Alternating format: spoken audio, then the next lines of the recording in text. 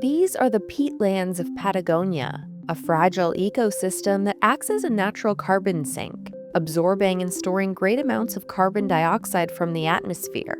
They've become the focus of a new cross-border conservation effort by Argentina and Chile.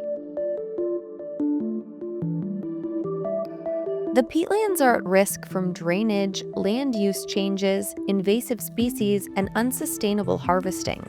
To confront those threats, a conservation and restoration initiative is being led by environmental organizations, universities, and public agencies in both countries. It hopes to establish a shared governance framework to ensure the long-term preservation of those peatland ecosystems. Adriana Urchuolo is an engineer and professor at the University of Tierra del Fuego in Argentina's far south. A nivel mundial, las turberas. Globally, peatlands are major carbon reservoirs, even greater than the world's forest biomass. Biomasa forestal del mundo. So peatlands as carbon reservoirs are truly fundamental. And that's why today they are included in the Climate Change Convention. And in all recent COP meetings, there has been specifically a peatland pavilion. Ha habido específicamente un pabellón de turberas. Chile has already introduced legislation to manage the peatlands sustainably.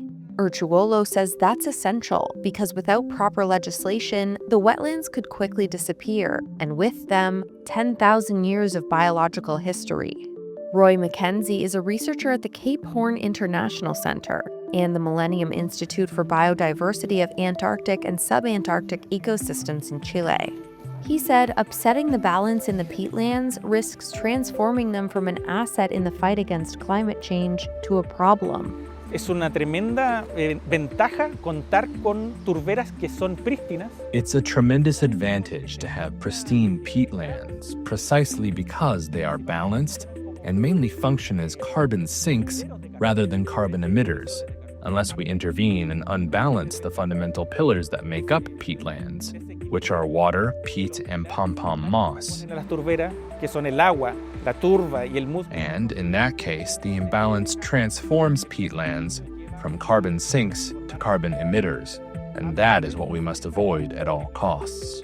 De carbono, y ese es lo que debemos evitar a toda costa.